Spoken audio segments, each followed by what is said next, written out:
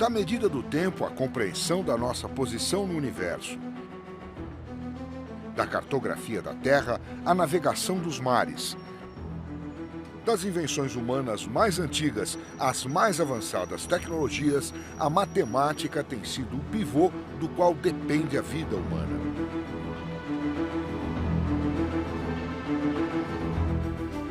Os primeiros passos da jornada matemática humana foram dados pelas culturas antigas do Egito, da Mesopotâmia e da Grécia.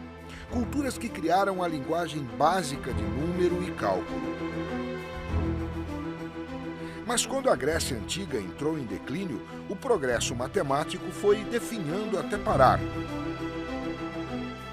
Só que isso foi no Ocidente, pois no Oriente a matemática atingiria novos patamares. No Ocidente, muito dessa herança matemática foi convenientemente esquecida ou obscurecida.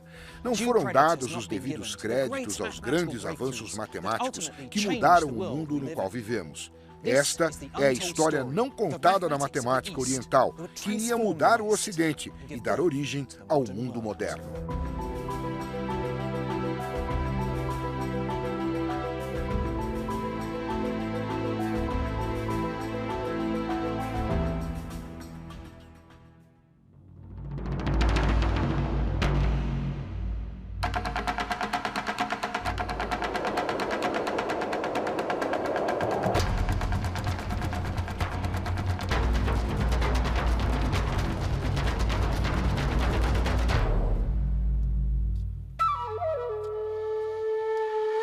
A Grande Muralha da China se estende por milhares de quilômetros. Levou quase 2000 anos para ser construída.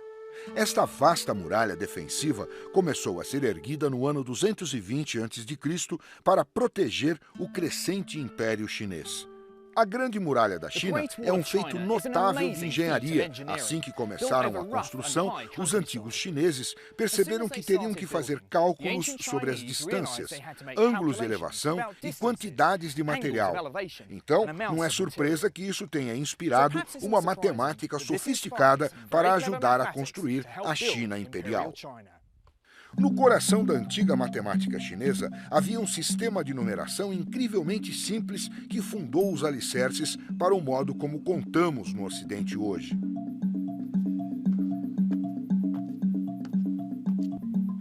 Quando um matemático queria fazer uma soma, ele usava pequenas varas de bambu. Essas varas eram ordenadas para representar os números de 1 a 9.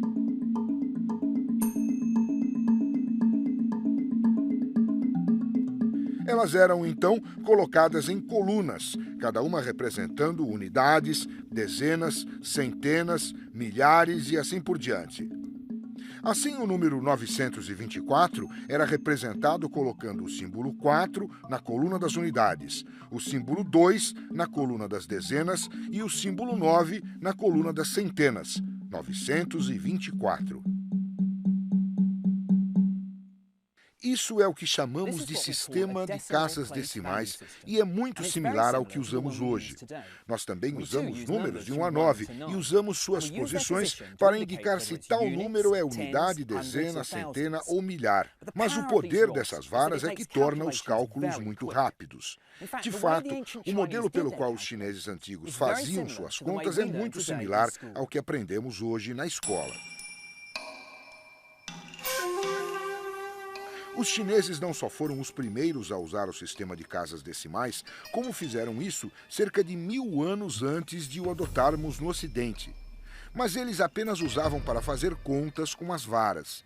Quando escreviam os números, os antigos chineses não usavam o sistema de notação posicional.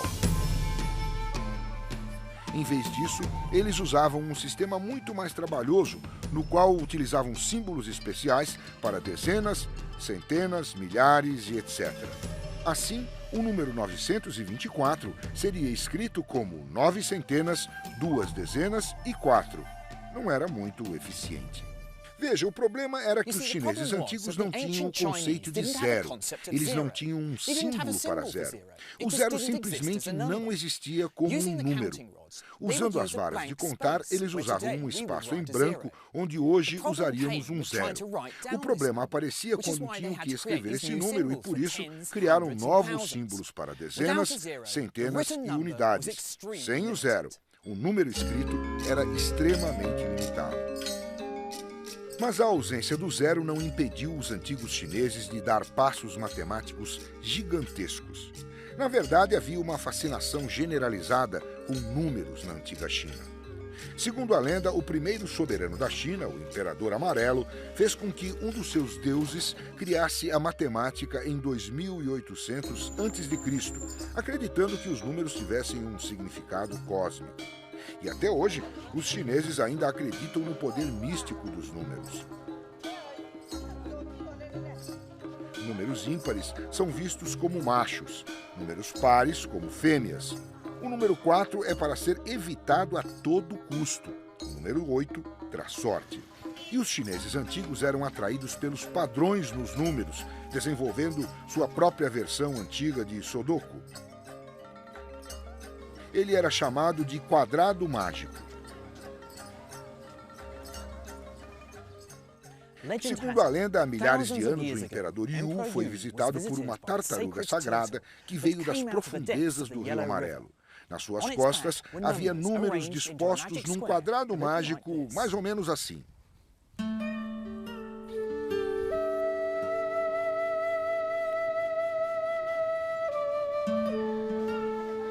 Neste quadrado, que eles consideravam ter grande significado religioso, os números em cada reta, horizontal, vertical e diagonal, todos totalizavam o mesmo número, 15. O quadrado mágico pode não ser mais do que um divertido quebra-cabeças, mas mostra o fascínio dos chineses antigos com padrões matemáticos. E não demorou para que começassem a criar quadrados cada vez maiores, com poderes matemáticos e mágicos ainda mais superiores.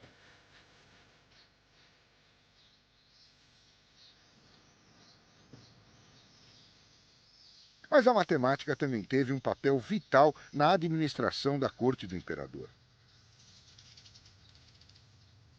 O calendário e o movimento dos planetas eram da maior importância para o imperador, influenciando todas as suas decisões e até a maneira pela qual o seu dia era planejado. Assim, astrônomos se tornaram membros de destaque na corte imperial. E astrônomos eram sempre matemáticos. Tudo na vida do imperador era governado pelo calendário e ele cuidava de seus amores com precisão matemática. O imperador até fez com que os matemáticos imperiais criassem um sistema para que ele dormisse com todo o vasto contingente de mulheres de seu harém. Sempre prontos para um desafio, os conselheiros matemáticos decidiram basear o harém numa ideia matemática chamada de progressão geométrica. A matemática nunca teve um propósito tão divertido. A lenda diz que no período de 15 noites o imperador tinha que dormir com 121 mulheres.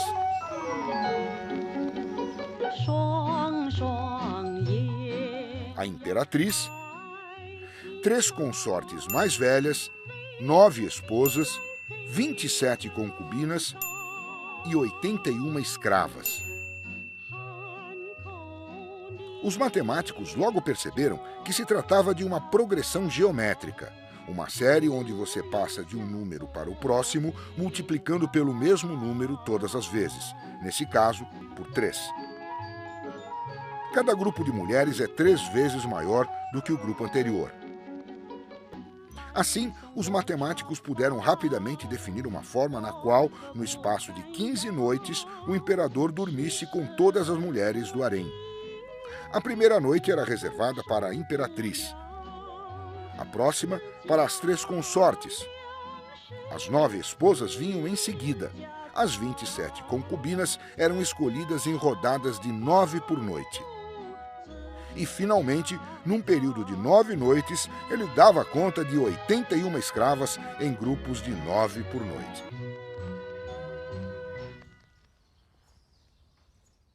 Ser imperador certamente exigia muita energia, um pouco como ser matemático. Mas o objetivo era claro, tentar a melhor sucessão imperial possível. A sequência assegurava que o imperador dormisse com as mulheres da mais alta classe próximo à lua cheia, quando o seu yin, a força feminina, estivesse em seu máximo, à altura do seu yang, ou a força masculina.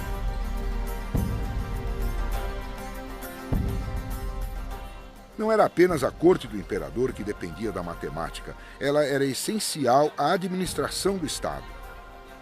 A China antiga era um vasto império em expansão, com um rígido código legal, ampla taxação e um sistema padronizado de pesos, medidas e moeda. O império necessitava de um serviço civil altamente treinado, competente em matemática.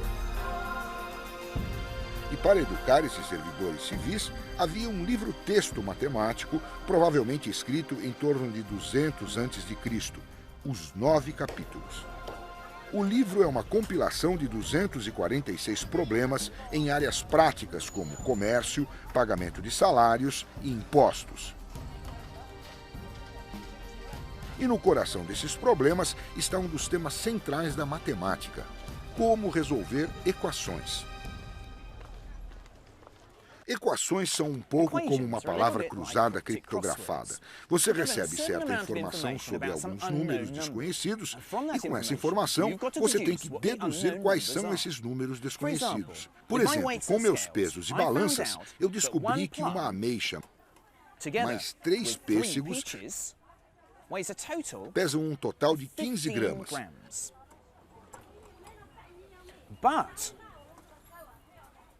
Porém, 2 ameixas mais um pêssego pesam um total de 10 gramas. Assim, dessa informação eu posso deduzir quanto pesa uma ameixa e quanto pesa um pêssego. E é assim que eu faço. Se eu pego o primeiro conjunto de pesos, uma ameixa e 3 pêssegos pesando 15 gramas, e eu o duplico, fico com 2 ameixas e 6 pêssegos pesando 30 gramas. Se pego isso e subtraio o segundo conjunto de pesos, ou seja, 2 ameixas e um pêssego pesando 10 gramas, eu fico com um resultado interessante: nenhuma ameixa. Tendo eliminado as ameixas, descobri que 5 pêssegos pesam um total de 20 gramas. Então, cada pêssego pesa 4 gramas. Disso eu posso deduzir que uma ameixa pesa 3 gramas.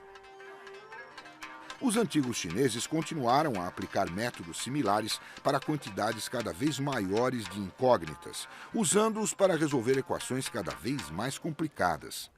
O extraordinário é que esse sistema de resolver equações só apareceu no Ocidente no começo do século XIX. Em 1809, enquanto analisavam um asteroide chamado Pallas num cinturão de asteroides, Carl Friedrich Gauss, o homem que ficou conhecido como o príncipe da matemática, redescobriu o método que os antigos chineses haviam formulado séculos antes. Mais uma vez, os antigos chineses estavam muito à frente da Europa. Mas os chineses seguiam resolvendo equações ainda mais complicadas, envolvendo números muito maiores. No que se tornou conhecido como Teorema Chinês do Resto, os chineses apareceram com um novo tipo de problema. Nele sabemos o resto deixado quando dividimos um número desconhecido na equação por um determinado número, digamos 3, 5 ou 7. Claro, este é um problema matemático um tanto abstrato, mas os antigos chineses ainda conseguiram formulá-lo em termos práticos. Assim, uma mulher no mercado tem uma cesta de ovos, mas não sabe quantos ovos ela tem. O que ela sabe é que se ela os dispõe de 3 em 3, ela fica com um ovo sobrando. Se ela os arranja de 5 em 5, 2 ovos sobram. Mas se ela os agrupa em fileiras de 7, ela vê que restam 3 ovos. Os antigos chineses descobriram uma forma sistemática de calcular que o menor número de ovos que poderia haver na bandeja era 52. O mais notável é que você pode condensar um número grande como 52 usando pequenos números como 3, 5 e 7. Essa forma de ver os números se tornaria um tema dominante na matemática dos últimos 200 anos.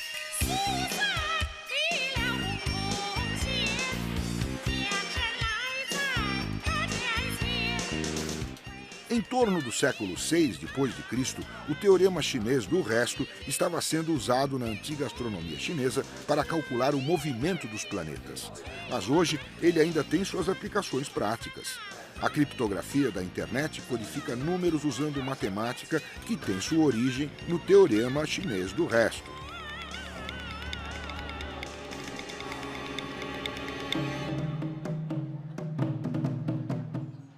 Por volta do século XIII, a matemática era uma matéria estabelecida no currículo, com mais de 30 escolas dedicadas a ela no país.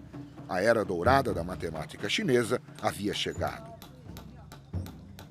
E seu mais importante matemático era chamado Qin Qiuqiao. Segundo a lenda, Qin Qiuqiao era um salafrário. Ele era um administrador imperial incrivelmente corrupto, que cruzou a China indo de um posto a outro. Demitido várias vezes por desvio de dinheiro do governo, ele envenenava qualquer um que o atrapalhasse. Qin Qiuqiao era descrito como violento como um tigre ou lobo e venenoso como uma víbora ou escorpião. Assim, como esperado, ele foi um guerreiro feroz. Durante 10 anos ele lutou contra os invasores mongóis, mas ele vivia reclamando que a vida militar havia lhe tirado sua verdadeira paixão. Não a corrupção, mas a matemática.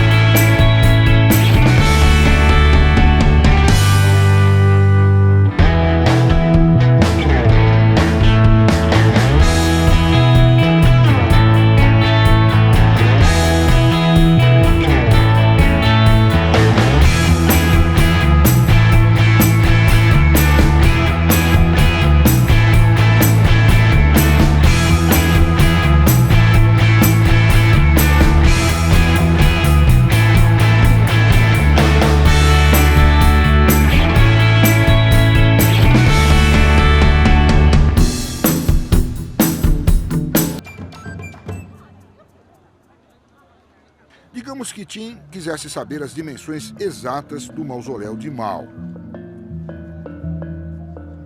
Ele sabe o volume da construção e as relações entre as dimensões. Para conseguir sua resposta, Qin usa o que sabe para produzir uma equação cúbica. Então ele faz uma estimativa razoável sobre as dimensões. Embora ele tenha capturado uma boa parte do mausoléu, há ainda partes sobrando. Ele pega tais partes e produz uma nova equação cúbica. Ele pode agora refinar a sua primeira estimativa, tentando achar uma solução para essa nova equação cúbica e assim por diante. Cada vez que ele faz isso, os pedaços que ficam se tornam cada vez menores e suas estimativas ficam cada vez melhores. O surpreendente é que o método de Qin de resolver equações só foi descoberto no Ocidente no século XVII, quando Isaac Newton criou seu próprio método muito similar. O poder de tal técnica é que ela pode ser aplicada a equações ainda mais complicadas. Qin chegou a usar sua técnica para resolver equações envolvendo números até a potência 10. Isso era extraordinário, matemática altamente complexa. Qin podia estar à frente do seu tempo, mas havia um problema com a sua técnica. Ela somente lhe dava uma solução aproximada. Isso pode ser bom para um engenheiro, mas não para um matemático. Matemática é uma ciência exata. Gostamos que as coisas sejam precisas. E Qin simplesmente não conseguiu descobrir uma fórmula que lhe desse uma solução exata para essas equações complicadas.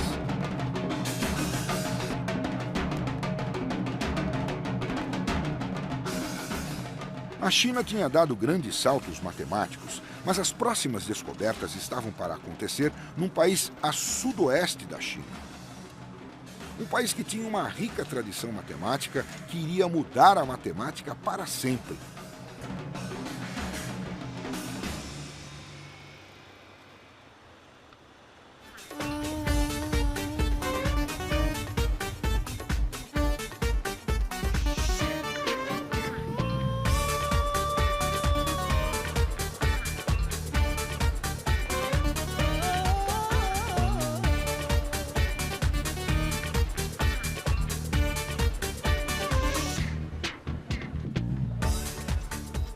primeiro legado matemático da Índia está no mundo dos números.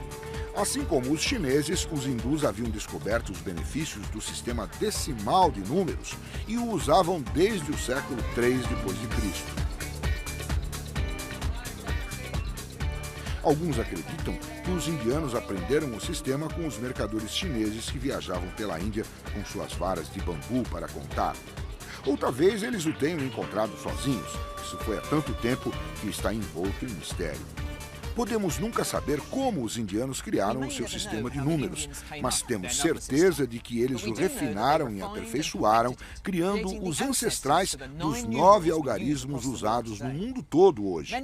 Muitos classificam o sistema indiano de contar como uma das maiores inovações intelectuais de todos os tempos, chegando o mais próximo do que podemos chamar de linguagem universal.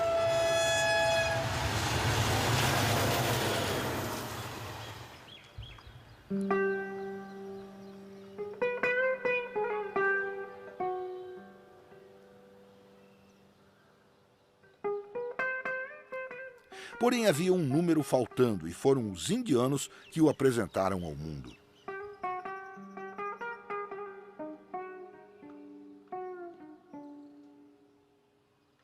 O registro mais antigo conhecido deste novo número data do século IX, embora seja provável que ele já estivesse em uso havia séculos.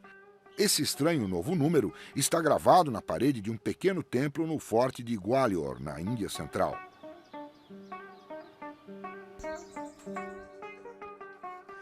E aqui estamos num dos locais sagrados do mundo matemático.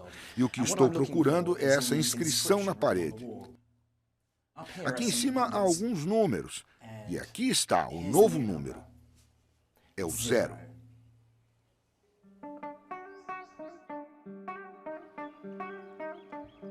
É intrigante pensar que antes de os indianos o inventarem, não havia número 0. Para os antigos gregos, ele simplesmente não existia. Para os egípcios, mesopotâmios e, como vimos, os chineses, o 0 era usado, mas como um marcador de lugar, um espaço vazio para mostrar um 0 num número. Os indianos transformaram o 0 de um mero marcador de lugar num número que fazia sentido por si mesmo. Um número para cálculos, para investigação. Esse brilhante salto conceitual revolucionaria a matemática.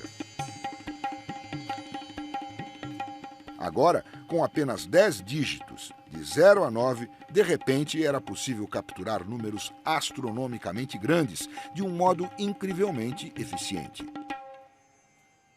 Mas como os indianos deram tal salto da imaginação? Nós nunca saberemos ao certo. É possível que a ideia e o símbolo usado para o 0 tenham vindo dos cálculos que eles faziam com pedras na areia.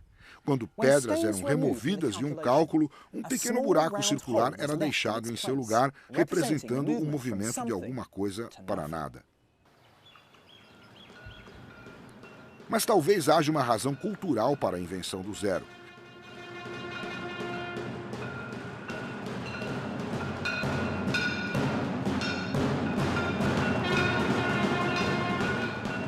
Para os indianos antigos, o conceito do nada e da eternidade está no cerne de seu sistema de crenças.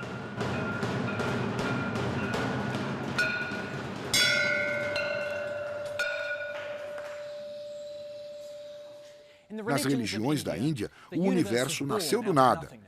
E nada é o objetivo final da humanidade. E assim, não é surpresa que uma cultura que acolhe tão bem o vazio estivesse satisfeita com a noção do 0. Os indianos até usavam a palavra para a ideia filosófica do vazio, shunya, para representar o novo termo matemático 0.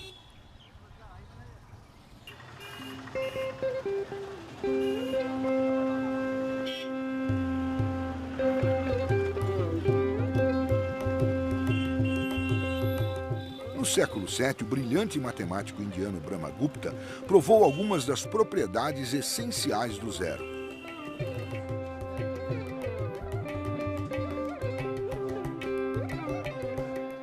As regras de Brahmagupta sobre cálculo com 0 são ensinadas em escolas por todo o mundo até hoje. 1 mais 0 é igual a 1. 1 menos 0 é igual a 1. 1 vezes 0 é igual a 0.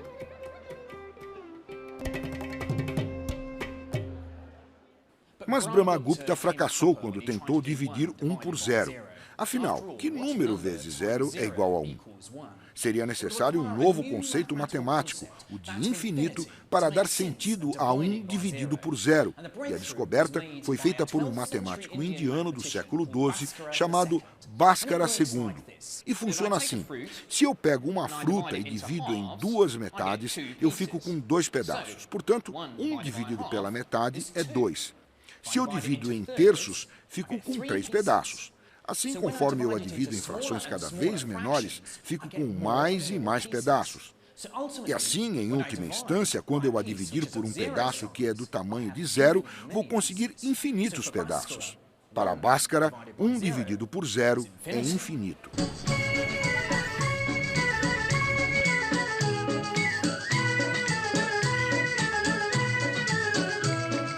Mas os indianos iriam adiante nos cálculos com o 0.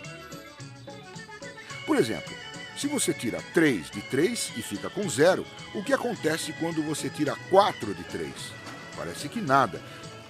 Mas os indianos reconheceram que isso era um novo tipo de nada: números negativos. Os indianos os chamaram de débitos, porque eles eram perfeitos para resolver equações como: se eu tenho 3 porções de material e levo 4, com quantas eu fico? Isso pode parecer estranho e pouco prático, mas essa era a beleza da matemática indiana. A habilidade deles de criar os números negativos e o 0 deveu-se ao fato de eles pensarem nos números como entidades abstratas. Eles não serviam apenas para contar e medir pedaços de tecido. Eles tinham vida própria, flutuando, livres do mundo real. Isso levou a uma explosão de ideias matemáticas.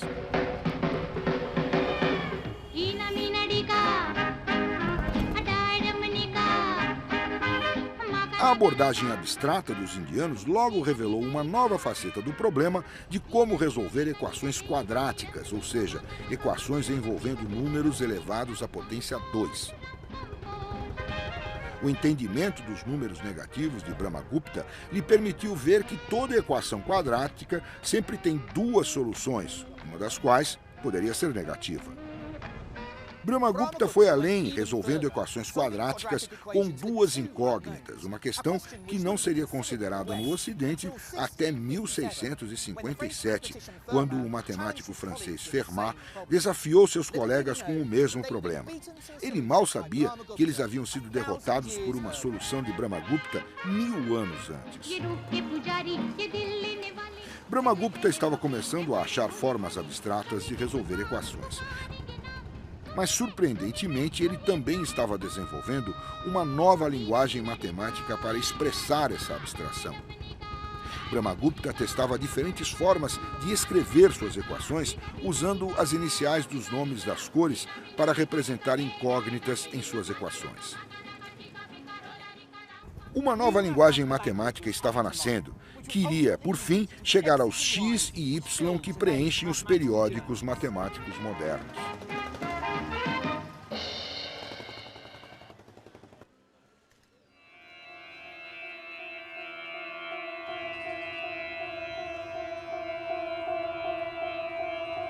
Mas não era somente uma nova notação que estava sendo desenvolvida. Os matemáticos indianos foram responsáveis por descobertas fundamentais na teoria da trigonometria. O poder da trigonometria está no fato de ela agir como um dicionário, traduzindo números em geometria e o contrário. Embora primeiramente desenvolvida pelos antigos gregos, foi nas mãos dos matemáticos indianos que o assunto realmente progrediu. No seu âmago está o estudo dos triângulos retângulos. Em trigonometria, você pode usar este ângulo aqui para achar a razão do lado oposto para o lado mais longo. Há uma função chamada função seno que, quando você dá o valor do ângulo, retorna essa razão. Por exemplo, neste triângulo, o ângulo é cerca de 30 graus. Portanto, o resultado da função seno é 1 por 2, mostrando que este lado é a metade do tamanho do lado maior. A função seno nos permite medir distâncias onde não conseguimos fazer uma medida precisa. Até hoje ela é usada em arquitetura e engenharia. Os indianos a usavam para medir a terra em volta deles, navegar os mares e, eventualmente, mapear as profundezas do próprio espaço. Ela era essencial para o trabalho de observatórios como este aqui, em Delhi, onde astrônomos iriam estudar as estrelas. Os astrônomos indianos sabiam usar a trigonometria para deduzir a distância relativa da Terra para a Lua e o Sol. Você só pode fazer o cálculo quando a Lua está meio cheia, pois é quando ela está diretamente oposta ao Sol, de forma que Sol, Lua e Terra formem um triângulo retângulo. Assim, os indianos puderam medir que o ângulo entre o Sol e o observatório era 1/7 de grau. A função seno de 1/7 de grau me dá uma razão de 400 por 1. Isso significa que o Sol está 400 vezes mais longe da Terra do que a Lua. Assim, usando trigonometria, os matemáticos indianos puderam explorar o sistema solar sem jamais ter deixado a superfície terrestre.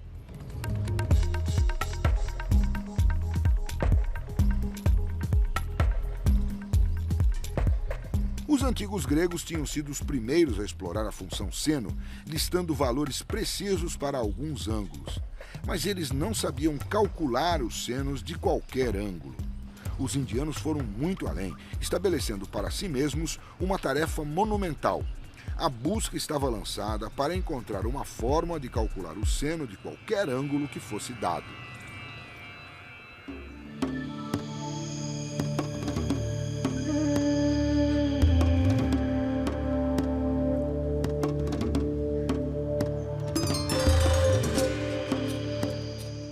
O grande avanço na busca pela função seno de qualquer ângulo seria feito aqui em Kerala, no sul da Índia.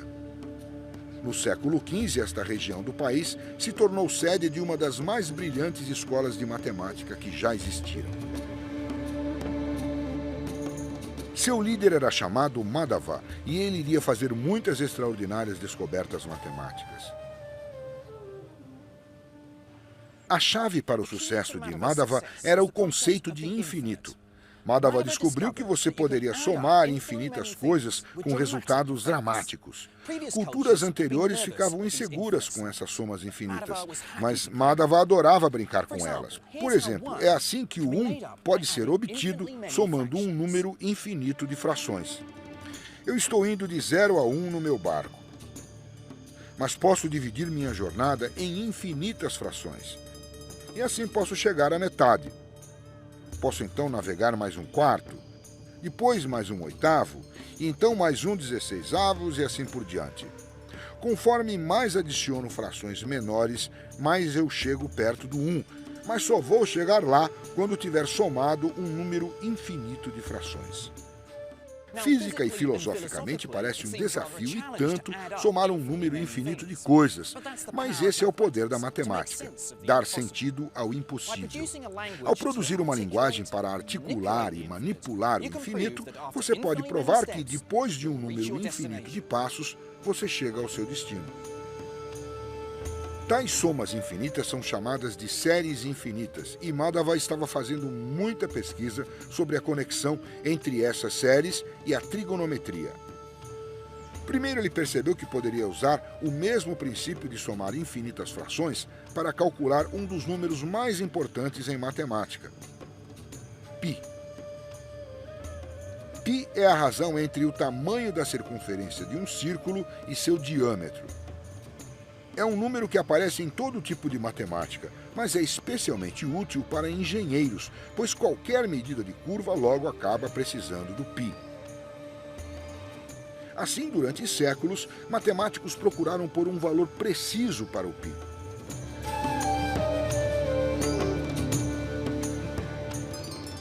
Foi no século VI, na Índia, que o matemático Aryabhata chegou a uma aproximação muito precisa para π, que é 3,1416. Ele usou então esse valor para medir a circunferência da Terra, obtendo 26.835 milhas, incrivelmente apenas 70 milhas a menos que o valor correto. Mas foi em Kerala, no século XV, que Madhava percebeu que poderia usar o infinito para obter uma fórmula exata para o π. Sucessivamente adicionando e subtraindo frações, Madhava pôde extrair uma fórmula exata para o π. Primeiro ele andou 4 passos para frente na reta dos números. Isso o levou além do π. Em seguida ele deu 4 terços de passos, ou 1 passo e 1 terço de passo para trás. Agora ele está antes do π. Então ele foi para frente 4 quintos de 1 passo. Em cada passo, ele alternava entre 4 dividido pelo próximo número ímpar. 4 sétimos, 4 nonos, 4 onzeavos e assim por diante. Ele zigue-zagueou para cima e para baixo na reta dos números, ficando cada vez mais próximo do π. Ele descobriu que se você percorresse todos os infinitos números ímpares, você chegaria ao π com exatidão.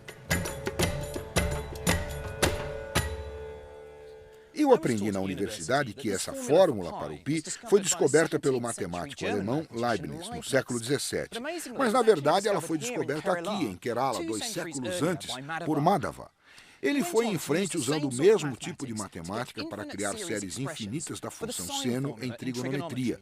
E o maravilhoso nessas fórmulas é que elas podem ser usadas para calcular o seno de qualquer ângulo com qualquer grau de precisão.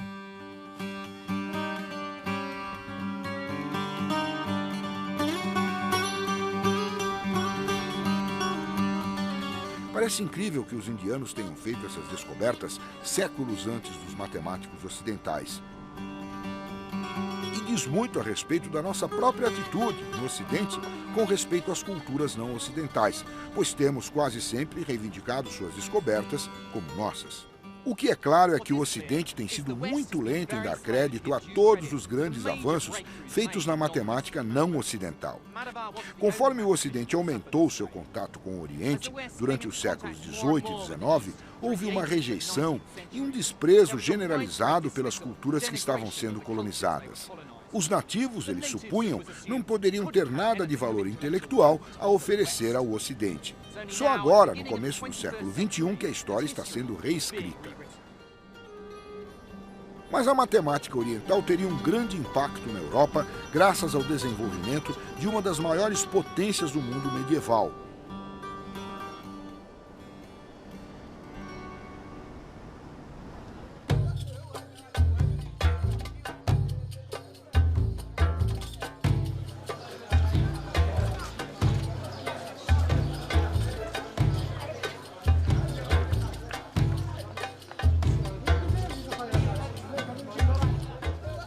No século VII, um novo império começou a se espalhar pelo Oriente Médio. Os ensinamentos do profeta Maomé inspiraram um vasto e poderoso império islâmico, que logo se estendia da Índia no leste até aqui, no Marrocos, no oeste.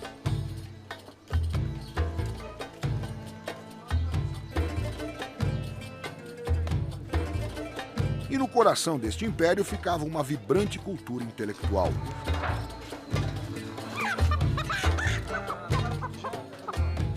Uma grande biblioteca com um centro de aprendizagem foi criada em Bagdá. Chamado de Casa da Sabedoria, seus ensinamentos chegavam a todo o Império Islâmico e a escolas como esta aqui, em Fez. As matérias de estudos incluíam astronomia, medicina, química, zoologia e matemática. Os sábios islâmicos catalogaram e traduziram muitos textos antigos, efetivamente salvando-os para a posteridade. De fato, sem eles, nunca poderíamos ter conhecido as culturas da Grécia, do Egito, Babilônia e Índia. Mas os acadêmicos da Casa da Sabedoria não estavam satisfeitos em traduzir a matemática de outros povos. Eles queriam criar uma matemática própria, fazendo a área evoluir.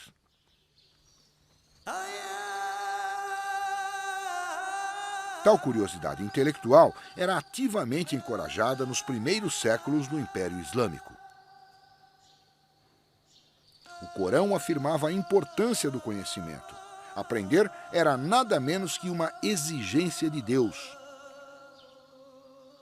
De fato, as necessidades do Islã exigiam habilidades matemáticas. O devoto precisava calcular o tempo de oração e a direção de Meca para orar em direção a ela. E a proibição de representar a forma humana significava que eles tinham que usar muito mais motivos geométricos para cobrir suas construções. Os artistas islâmicos descobriram todos os tipos de simetria que se pode desenhar numa parede bidimensional.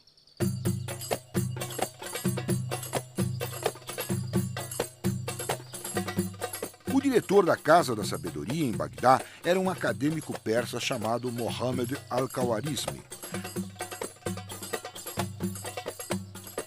Al-Khawarizmi era um matemático excepcional, responsável por introduzir dois conceitos matemáticos essenciais ao Ocidente.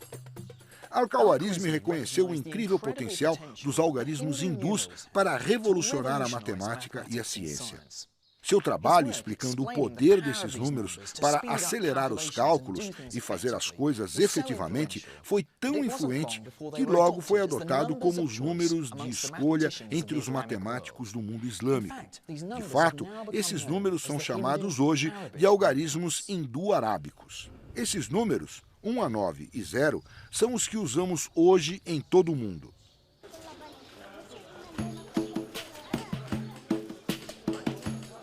Mas Al-Khawarizmi iria criar uma linguagem matemática totalmente nova. Era chamada de álgebra e teve o nome dado por causa do título do seu livro, Al-Jabr wal-Muqabala, ou Cálculo por Recuperação e Redução.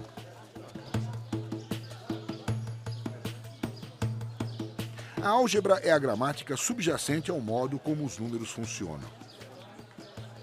É uma linguagem que explica os padrões que estão por trás do comportamento dos números. É um pouco como um código para rodar um programa de computador. O código vai funcionar com quaisquer números inseridos no programa. Por exemplo, os matemáticos poderiam ter descoberto que se você pega um número e o eleva ao quadrado, é sempre 1 a mais do que se você multiplicar os números aos lados. Por exemplo, 5 vezes 5 é 25, que é 1 a mais que 4 vezes 6, 24. 6 vezes 6 dá sempre 1 a mais que 5 vezes 7 e assim por diante. Mas como se pode ter certeza que isso vai funcionar com qualquer número? Para explicar o padrão subjacente a esses cálculos, vamos usar os tanques de tingimento neste curtume.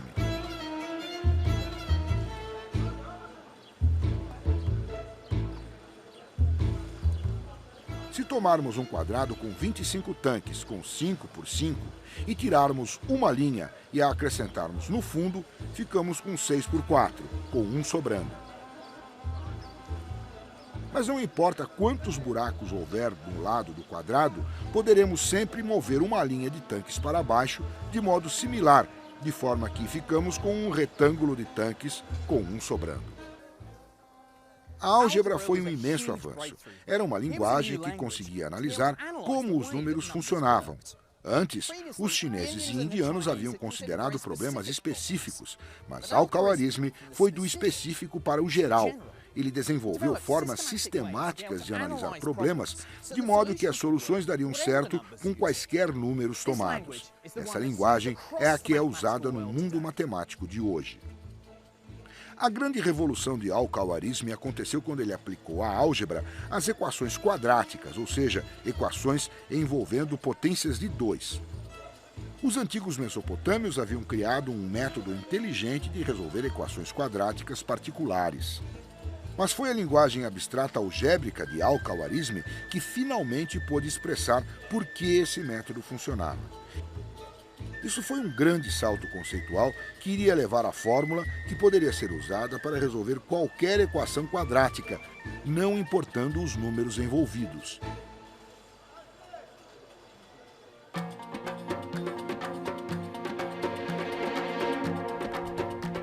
O próximo santo graal matemático foi achar um método geral que resolvesse todas as equações cúbicas, equações que incluem potências de 3.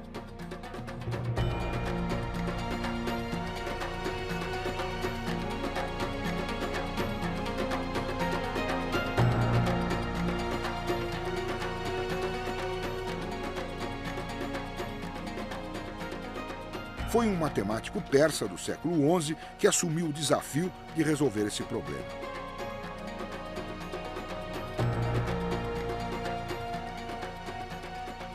Seu nome era Omar Khayyam e ele viajava por todo o Oriente Médio calculando onde estivesse.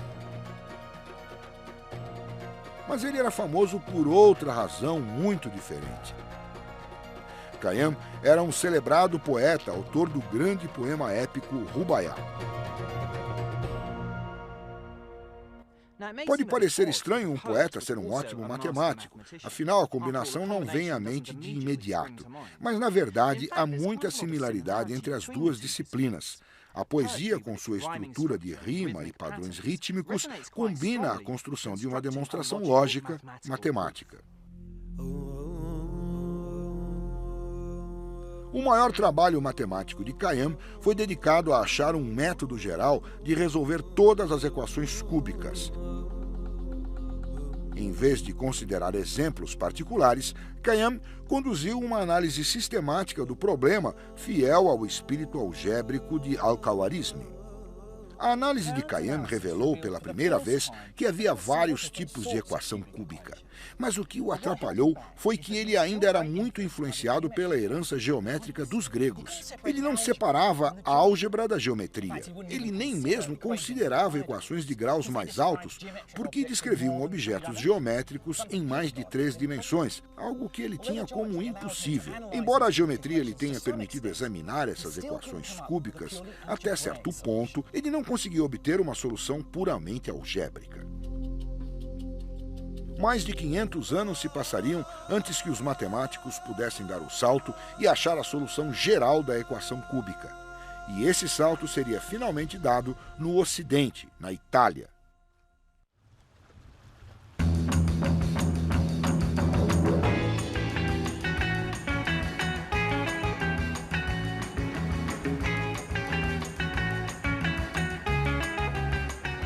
Durante os séculos nos quais a China, a Índia e o Império Islâmico estavam em ascensão, a Europa havia caído sob a sombra da Idade das Trevas. Toda a vida intelectual, incluindo o estudo da matemática, havia estagnado. Porém, no século XIII, as coisas começaram a mudar. Liderada pela Itália, a Europa estava começando a explorar e fazer comércio com o Oriente, e com esse contato veio a disseminação do conhecimento oriental para o Ocidente. Foi o filho de um oficial de alfândega que se tornaria o primeiro grande matemático da Europa medieval. Quando criança, ele viajou pelo norte da África com seu pai, onde ele aprendeu sobre os avanços da matemática árabe, especialmente as vantagens dos algarismos indo-arábicos. Quando ele regressou à Itália, escreveu um livro que teria uma enorme influência no desenvolvimento da matemática ocidental.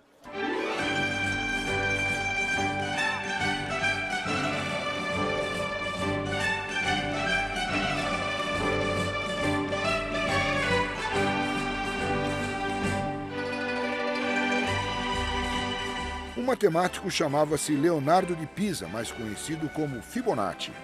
Em seu livro de calcular, Fibonacci promoveu um novo sistema de números, demonstrando quão simples eles eram, comparados aos números romanos que estavam em uso por toda a Europa.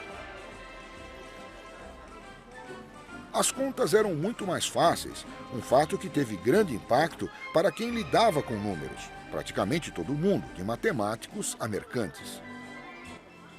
Mas havia uma desconfiança disseminada sobre esses novos números. Velhos hábitos demoram a desaparecer e as autoridades simplesmente não confiavam neles. Alguns acreditavam que eles seriam mais propensos a fraudes, que se poderia ludibriar com eles. Outros acreditavam que seriam tão fáceis de usar em cálculos que dariam poder às massas, tirando a autoridade da inteligência, que sabia como usar os números antigos. A cidade de Florença chegou a bani-los em 1299, mas com o passar do tempo, o senso comum prevaleceu. Um novo sistema se espalhou por toda a Europa e o antigo sistema romano tornou-se extinto. Finalmente, os números indo-arábicos, 0 a 9, triunfaram. Hoje, Fibonacci é mais conhecido pela descoberta de alguns números chamados de sequência de Fibonacci. Os números surgiram quando ele tentava resolver uma charada a respeito dos hábitos de acasalamento de coelhos. Suponha que um fazendeiro tenha um casal de coelhos. Os coelhos levam 2 meses para atingir a maturidade e depois disso dão origem a outro casal de coelhos. O problema era então determinar quantos pares de coelhos haveria num dado mês. Bem, durante o primeiro mês só há um par de coelhos, já que eles não são adultos, não podem se reproduzir. Durante o segundo mês ainda há somente um par. Mas no começo do terceiro mês o primeiro casal se reproduz pela primeira vez, de forma que há agora 2 pares. No começo do quarto mês, o primeiro par se reproduz novamente, mas o segundo par ainda não está maduro o suficiente, então há 3 pares. No quinto mês, o primeiro par se reproduz e o segundo se reproduz pela primeira vez, mas o terceiro ainda é muito jovem. Então há 5 pares. O ritual de acasalamento continua. Mas o que você logo percebe é que o número de pares de coelhos num dado mês é a soma do que havia nos 2 meses anteriores. Assim a sequência vai: 1, 2, 3, 5, 8, 13, 21, 34, 55 e assim por diante. Os números de Fibonacci são os números favoritos da natureza. Não são só os coelhos que os usam. Se você contar o número de pétalas numa flor, é invariavelmente um número de Fibonacci. Você acha esses números subindo e descendo abacaxis se você conta os segmentos. Mesmo caracóis os usam para suas conchas crescerem. Onde quer que você ache crescimento na natureza, você acha os números de Fibonacci. Mas o próximo grande avanço na matemática europeia só aconteceria no início do século XVI. Ele envolveria achar o método geral que iria resolver todas as equações cúbicas, e aconteceria aqui, na cidade italiana de Bolonha. A Universidade de Bolonha era o caldeirão do pensamento matemático europeu no começo do século XVI. Alunos de toda a Europa se reuniam aqui e desenvolveram um novo tipo de esporte, a competição matemática. Grandes públicos se reuniam para assistir matemáticos desafiar uns aos outros com números, uma espécie de duelo intelectual. Mesmo nessa atmosfera questionadora, era aceito que alguns problemas eram simplesmente insolúveis. Era geralmente suposto que achar um método geral para resolver todas as equações cúbicas era impossível. Mas um discípulo iria provar que estavam todos errados. Seu nome era Tartaglia, mas ele não parecia ser o heróico arquiteto da nova matemática. Quando ele tinha 12 anos, foi cortado no rosto com uma espada pelo violento exército francês.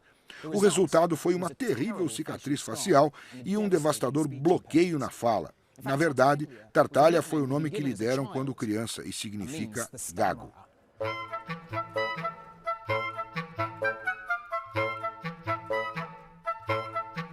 Desprezado por seus colegas de classe, Tartaglia se refugiou na matemática. E não demorou para que ele encontrasse a fórmula para resolver um tipo de equação cúbica. Mas Tartaglia logo descobriu não ser o único a acreditar ter resolvido a cúbica. Um jovem italiano chamado Fior estava se gabando de também ter a fórmula secreta para resolver as equações cúbicas. Quando a notícia se espalhou sobre as descobertas dos 2 matemáticos, uma competição foi arranjada para confrontá-los. O duelo intelectual do século estava para começar.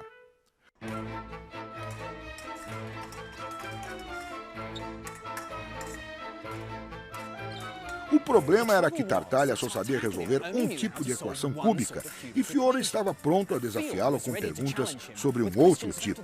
Mas apenas alguns dias antes do concurso, Tartaglia conseguiu resolver esse diferente tipo de equação e, com essa nova arma em seu arsenal, esmagou seu oponente, resolvendo todas as equações em menos de 2 horas. Tartaglia acabou encontrando a fórmula para resolver todos os tipos de equações cúbicas. A notícia logo se espalhou e um matemático em Milão chamado Cardano ficou tão desesperado em encontrar a solução que convenceu um relutante Tartaglia a revelar o segredo para ele. Mas sob uma condição, que Cardano mantivesse o segredo e nunca o publicasse. Mas Cardano não pôde resistir a discutir a solução de Tartaglia com seu brilhante aluno Ferrari. Conforme Ferrari começou a dominar o trabalho de Tartaglia, ele percebeu que poderia usá-lo para resolver a equação quártica, um feito notável. Cardano não podia negar sua justa recompensa. Quebrou seu voto de silêncio, publicando o trabalho de Tartaglia juntamente com a brilhante solução de Ferrari da quártica. O pobre Tartaglia nunca se recuperou e morreu na miséria. Até hoje, a fórmula que resolve a equação cúbica é chamada de fórmula de Cardano.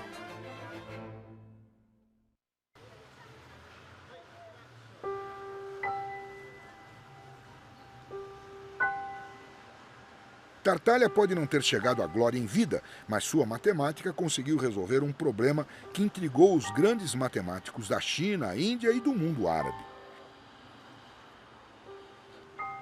Esse foi o primeiro grande feito matemático a acontecer na Europa moderna.